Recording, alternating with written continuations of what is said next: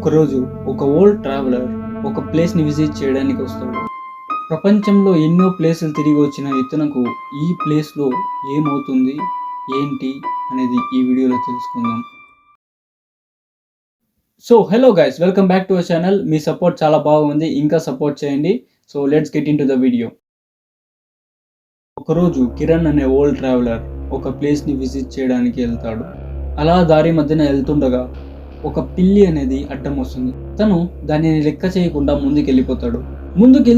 వెళ్తుండగా గుంపు అనేది కనపడతారు. ఆ గుంపు వాళ్ళు కూడా ఆ ప్లేస్ ని విజిట్ చేయడానికి వెళ్తుంటారు. సో ఇతనుకు చాలా హ్యాపీ అనిపిస్తుంది, ఎందుకంటే తను వెళ్ళే ప్లేస్ కి వీళ్ళు వెళ్తున్నారు కదా అని.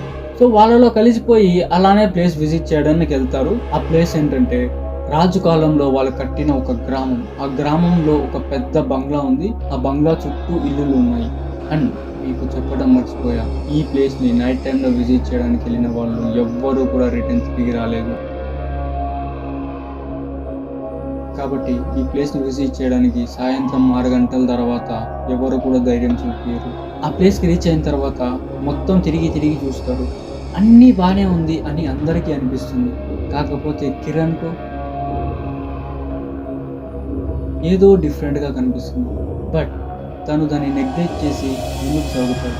ప్లేస్ అన్ని చూసిన తర్వాత, ఫుటేజ్ అన్ని రికార్డ్ చేసిన తర్వాత ఆల్మోస్ట్ 5:30 అయింది.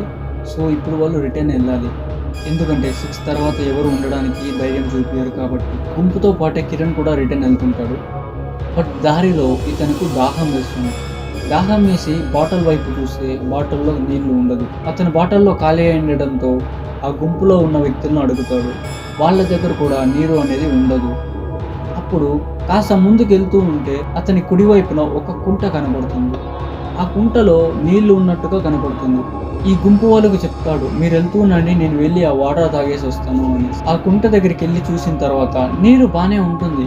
కాబట్టి ఇతను ఏం చేస్తాడంటే నీరు కాస్త తాగి కాస్త బాటిల్లో నింపుకోవడానికి ట్రై చేస్తాడు.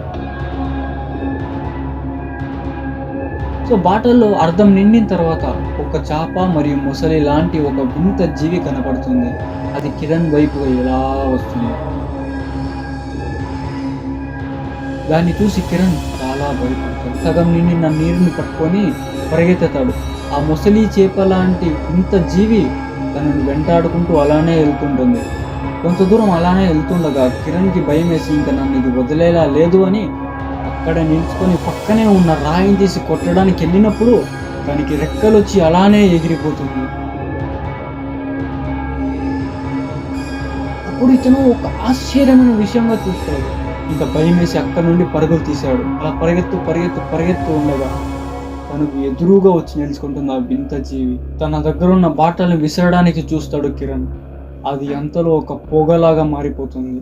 అప్పుడు అర్థమవుతుంది కిరణ్కు, ఇది ఒక వింత జీవి కాదు, ఇది ఒక దెయ్యమని.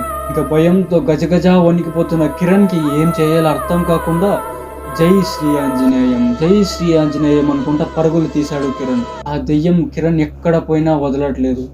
తను ఎక్కడ వెళ్ళినా కిరణ్నే వెంబడిస్తుంది ఆ దెయ్యం. ఇంతలో కిరణ్కి పక్కనే ఒక గుడి కనపడుతుంది.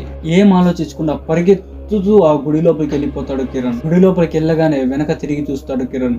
ఆ దెయ్యం రాలేదు, అక్కడే ఆగిపోయింది. ఎందుకంటే గుడి లోపలికి రాలేదు కాబట్టి. ఇంకా 6 గంటలు అయిపోయింది కాబట్టి కిరణ్ బయటికి వెళ్ళిన దెయ్యం ఉంటుంది కాబట్టి ఆ గుడిలోనే విశ్రాంతి తీసుకుందాం అని డిసైడ్ అయ్యి రాత్రంతా కూడా అక్కడే విశ్రాంతి తీసుకుంటాడు కిరణ్. సూర్యుడు ఉదయిస్తుండగా గుడి లోపలికి ఒక పూజారి వస్తాడు. పూజారి వచ్చి కిరణ్ చూసి, ఎవరు బాబు నువ్వు, ఏమైంది, ఇక్కడ ఉన్నావు ఏంటి అని అడగగా కిరణ్ జరిగిందంతా చెప్తాడు.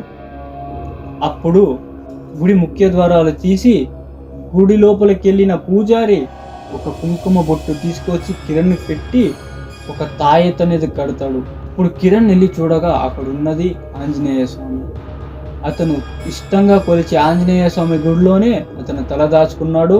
అండ్ తనను కాపాడింది కూడా ఆ ఆంజనేయ స్వామి. సో ఇవన్నీ ఎలా తెలిసిందంటే కిరణ్ అక్కడి నుంచి వచ్చిన తర్వాత ఇది జరిగింది అని చెప్పడం వల్ల ఇదన్నీ తెలిసింది. సో గైస్, చూశారు కదా ఈ షార్ట్ స్టోరీ ఎలా అనిపించిందో మీరు కమెంట్లో రాయండి. మరిన్ని వీడియోస్ కోసం మన ఛానల్ని సబ్స్క్రైబ్ చేసుకోండి. పక్కనే ఉన్న బెల్ ఐకాన్ కూడా ప్రెస్ చేసి పెట్టుకోండి. అండ్ మన ఇన్స్టాగ్రామ్ లింక్ అండ్ ఛానల్ పేరు అన్నీ కూడా ప్రొవైడ్ చేస్తా. 11K+ ఫాలోవర్స్ ఉన్నారు. ఒకసారి వెళ్ళి అక్కడ కూడా ఫాలో అయిపోండి. మీ సపోర్ట్ ఎల్లప్పుడూ ఇలానే ఉండాలని కోరుకుంటూ జై హింద్.